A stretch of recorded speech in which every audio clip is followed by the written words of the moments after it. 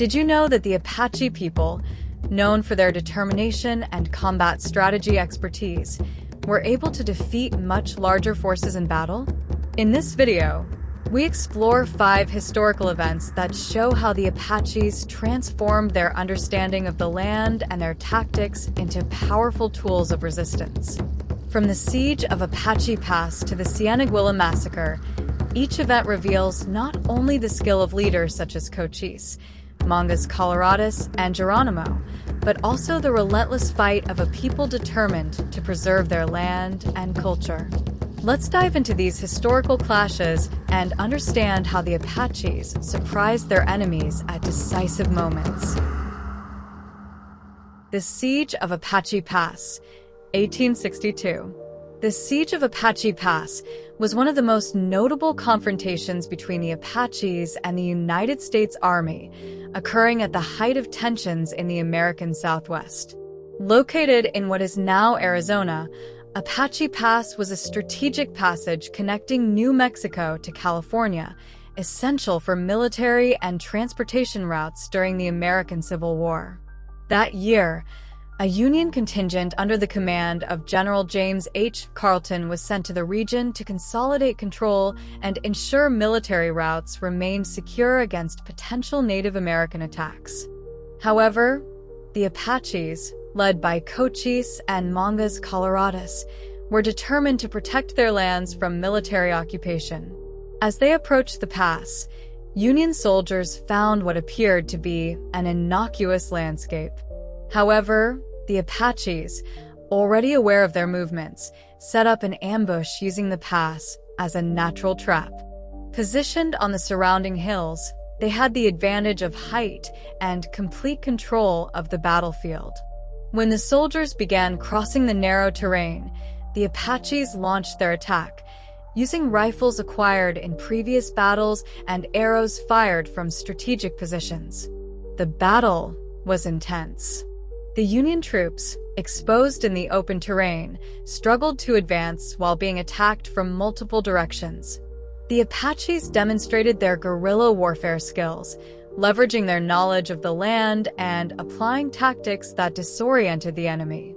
Despite being outnumbered, they inflicted heavy casualties.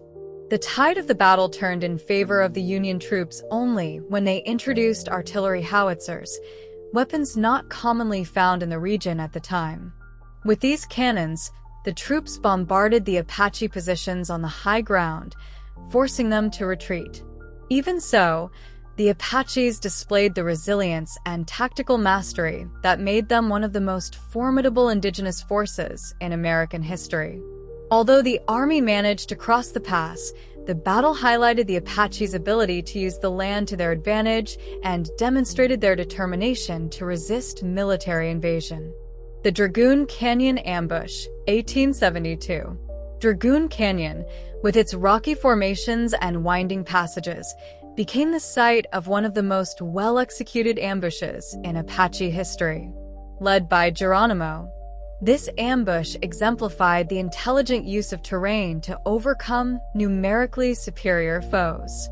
In 1872, Mexican troops crossed the canyon with the goal of tracking down and capturing Apaches, believing their mission would be straightforward and risk-free. What the soldiers didn't know was that Geronimo and his warriors had already been monitoring their movements and had set a precise trap. The Apaches positioned themselves in elevated, hidden areas within the rock formations, ensuring not only camouflage but also a wide view of the battlefield. When the soldiers entered the narrowest part of the canyon, the Apaches launched their attack. Arrows and gunshots came from all directions, creating immediate chaos within the enemy ranks. Geronimo coordinated the ambush with swift and precise attacks, followed by strategic retreats to avoid casualties among his men. This guerrilla tactic, one of the trademarks of the Apaches, allowed them to inflict heavy damage without exposing themselves unnecessarily. The confusion among the soldiers was so intense that many abandoned supplies and weapons, fleeing the battlefield. In addition to winning the confrontation, the Apaches captured a significant arsenal of ammunition, which would prove crucial in future battles. The Draon Canyon ambush was not only a military victory, but also a reminder of how knowledge of the land and tactical skill could transform any situation into a favorable field for the Apaches. The Battle of the Gila River, 1857. The Gila River, in what is now the state of Arizona, was the site of a significant confrontation between Apaches and American settlers in 1857. This event highlighted the growing tensions caused by the arrival of miners and explorers in Apache territory. The settlers, mostly miners, were in search of riches, advancing through the territory without regard for Apache ancestral lands. This constant invasion led to inevitable conflicts. Led by Flechas Coloradas, the Apaches decided to act to protect their land. The attack was meticulously planned. The Apaches had been monitoring the settlers' movements for days, waiting for the perfect moment to strike. When the group camped near the river, feeling secure, the Apaches struck at dawn, when most of the settlers were unarmed. The attack was devastating. Coming from multiple directions, the Apaches completely disorganized the settlers, who were unable to form an effective defense. Throughout the confrontation, the Apaches used the terrain to their advantage, constantly moving and avoiding direct reprisals. The result was a decisive victory, with the settlers fleeing in panic and abandoning equipment and supplies. The Battle of the Gila River demonstrated that the Apaches were not only skilled warriors but also formidable strategists, capable of planning and executing attacks with surgical precision. Attack on Fort Mclan, 1861. In 1861, the attack on Fort Mclan in Arizona Territory became one of the most emblematic episodes of Apache resistance against American occupation. Led by Cochise, one of the most astute and respected leaders of the Apache people, the attack was a reflection not only of his military skill, but also of the growing distrust between the Apaches and the United States Army. The incident began when the American Army, under Captain John Clum, attempted to capture Cochise through a trap disguised as a peace meeting. Cochise, believing he could negotiate with the soldiers, attended the fort accompanied by his family and a few warriors. However, the soldiers, instead of negotiating, accused Cochise and his men of kidnapping a white child, a crime they had not committed. After the capture of Cochise and his warriors, who had initially been willing to surrender peacefully, he demonstrated exceptional courage by escaping from an improvised prison in the fort. During the escape, he cut the canvas of his tent and hid in the hills, evading patrols attempting to capture him. However, the capture of his family and warriors was a direct blow to him, fueling a deep desire for revenge. In the following days, Cochise gathered his followers and planned a strategic attack on Fort Mclan. Using the terrain to his advantage, he and his warriors launched unpredictable and coordinated attacks in a guerrilla style.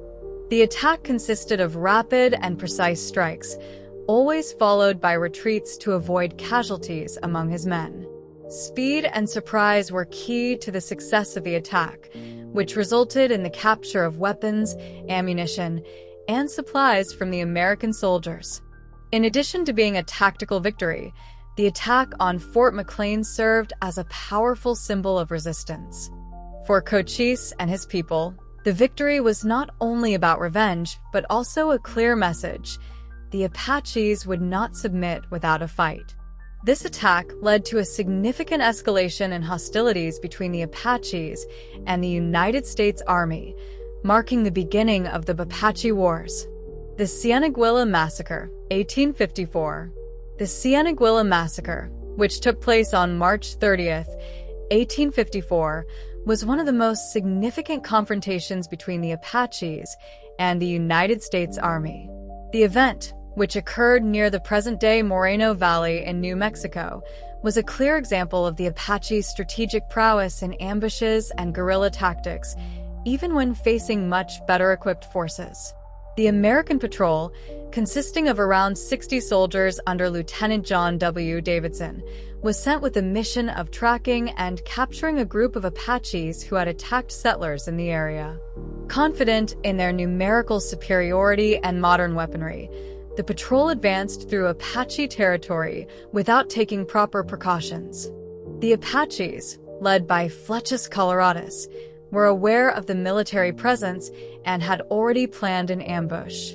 They lured the patrol into a narrow valley surrounded by hills, where they had the advantage of the terrain. When the soldiers entered the area, the Apaches attacked from multiple directions, firing precisely from hidden positions in the hills and using the vegetation for camouflage. The American soldiers, caught by surprise and unable to organize, were quickly disoriented by the attack. The Apache tactic of rapid strikes and retreats continued to wear down the American forces, while the soldiers' horses, essential for mobility, became easy targets. The confrontation resulted in heavy losses for the Americans. 22 soldiers were killed and many others wounded, while the Apaches suffered few casualties. This attack became a clear example of the superiority of Apache guerrilla tactics and how knowledge of the terrain and the intelligent use of the environment could be decisive in a conflict. The Cena Massacre also served as a reminder of the difficulties the United States Army faced in attempting to subjugate a people deeply connected to their land. For the Apaches, the victory was not only a matter of defense, but also an assertion of their resistance and determination to protect their land and culture against foreign invasion. These historical confrontations offer a detailed view of the Apache spirit of resistance and the skill of their leaders in utilizing their knowledge of the land, guerrilla tactics, and long-term strategies to resist military domination. More than just battles, these events reflect the struggle of a people to preserve their land, culture,